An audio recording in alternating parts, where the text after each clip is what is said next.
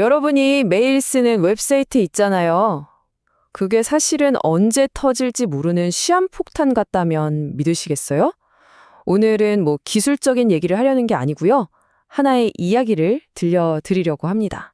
자, 한번 같이 들어가 보시죠. 자, 지금부터 우리 좀 심각한 문제를 안고 있는 레스토랑을 한번 둘러볼 거예요.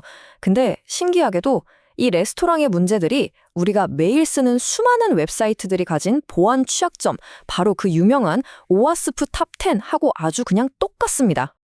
자, 첫 번째 문제부터 한번 볼까요? 저기 좀 보세요. 손님 한 분이 직원 외 출입 금지라고 떡하니 쓰여 있는데도 문을 그냥 쓱 열고 주방으로 들어가네요. 근데 아무도 안 막아요. 바로 이런 데서 웹사이트 보안의 가장 기본적인 문제가 시작되는 겁니다.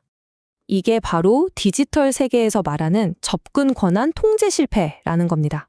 그러니까 일반 사용자가 관리자 페이지에 들어가 본다거나 웹사이트 주소 끝에 숫자 하나만 싹 바꿔서 다른 사람 글을 지워버리는 그런 상황인 거죠. 시스템이 이 사람이 이걸 해도 되나? 하는 확인을 제대로 못할 때 딱 이런 일이 벌어집니다. 자, 이번엔 주방의 심장부로 한번 가볼까요? 이 레스토랑의 가장 큰 자산인 비밀 레시피가 저길 보세요. 투명한 병에 담겨서 잠겨있지도 않은 선반 위에 그냥 덩그러니 놓여있네요. 누구든 마음만 먹으면 스마트폰으로 찰칵 사진 한 장 찍는 순간 이 비밀은 더 이상 비밀이 아니게 되는 거죠. 이걸 바로 암호화 오류라고 부릅니다. 여러분의 비밀번호나 개인정보 같은 아주 민감한 데이터들이 암호화 같은 거 하나도 없이 그냥 글자 그대로 저장될 때 말이죠. 이 비밀 레시피처럼 그냥 누구나 쉽게 훔쳐볼 수 있게 되는 거예요. 주소창에 자물쇠 표시 없이 HTTP로 시작하는 사이트에 내 정보를 입력하는 것도 바로 이런 위험에 노출되는 겁니다. 자, 이번엔 한 손님이 주문서에 음식 이름 대신에 아주 이상한 명령어를 적어 넣었어요. 예를 들면 주방을 불태워라 이런 거요. 근데 진짜 큰 문제는 주방장이 그 주문서를 보고 아무 의심도 없이 그대로 실행하려고 한다는 거죠. 이게 바로 웹해킹에서 가장 고전적이면서도 또 가장 강력한 공격 중 하나인 인젝션 공격의 원리입니다. 공격자가 로그인 창이나 검색창처럼 우리가 글자를 입력하는 평범한 공간에다가 악성 코드를 슬쩍 주입하는 거예요. 그럼 시스템은 그걸 정상적인 명령으로 착각하고 실행해버리는 거죠. 예를 들면요, 바로 이 드롭 테이블이라는 아주 간단한 명령어, 이거 하나만으로 웹사이트의 전체 고객 데이터베이스를 그냥 싹 다 날려버릴 수도 있습니다.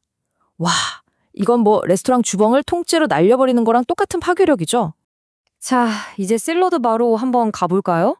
여기는 누구나 자기가 원하는 재료를 마음껏 접시에 담을 수 있네요. 아주 편리하죠?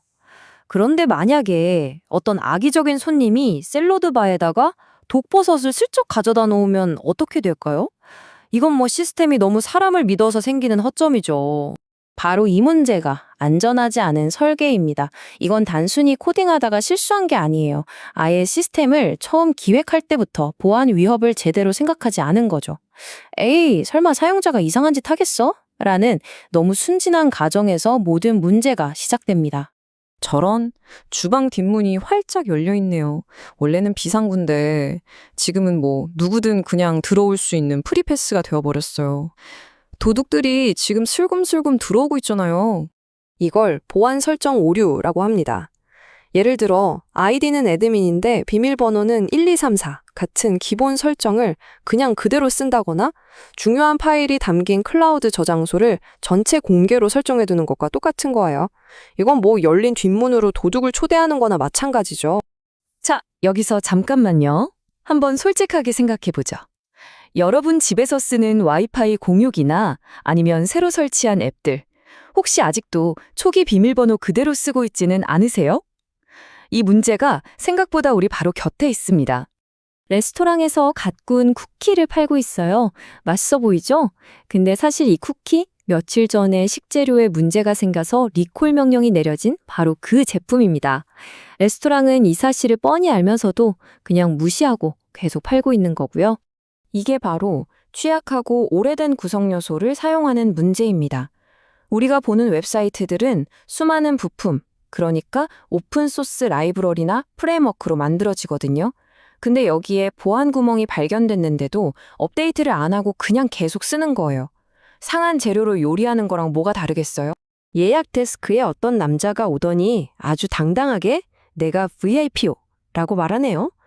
직원은 신분증 확인 같은 건 하나도 안 하고 그냥 그 사람을 VIP 테이블로 안내합니다. 와, 정말 너무나도 간단하게 신분을 속이는데 성공했죠?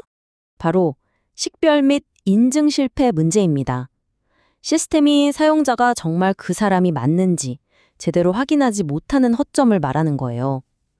비밀번호를 너무 쉽게 재설정해준다거나 한 번 로그인하면 세션이 끝나지 않아서 다른 사람이 내 계정을 계속 쓸 수 있게 되는 경우 전부 여기에 해당됩니다.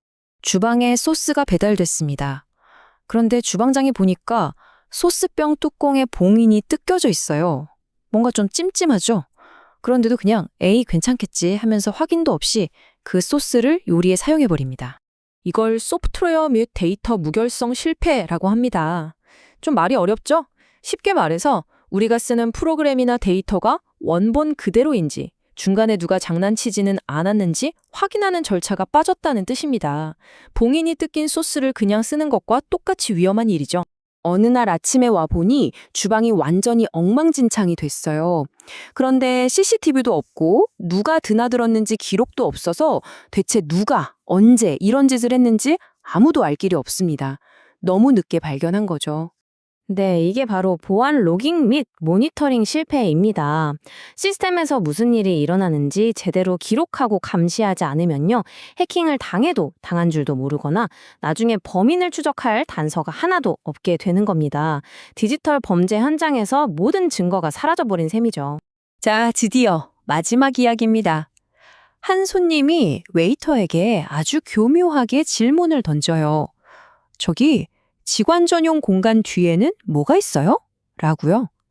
그러자 웨이터는 별 생각 없이 그곳의 중요한 정보들을 술술 불어버립니다. 이걸 서버층 요청 위조, 줄여서 SSRF라고 부릅니다.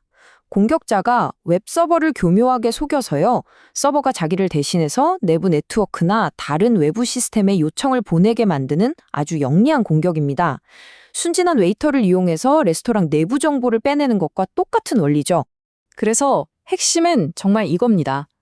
우리가 사용하는 모든 웹사이트는 결국 하나의 거대한 레스토랑과 같아요. 개발자라면 주방문을 잘 잠그고 식재료가 안전한지 늘 확인해야 하고요. 우리 같은 사용자들도 어떤 레스토랑이 안전한지, 위험한지 분별할 줄 아는 눈을 길러야 합니다. 오늘 들려드린 이야기는 모스에서 만든 더 오아스프 탑10, A 레스토랑 테일이라는 자료를 바탕으로 재구성해 봤습니다.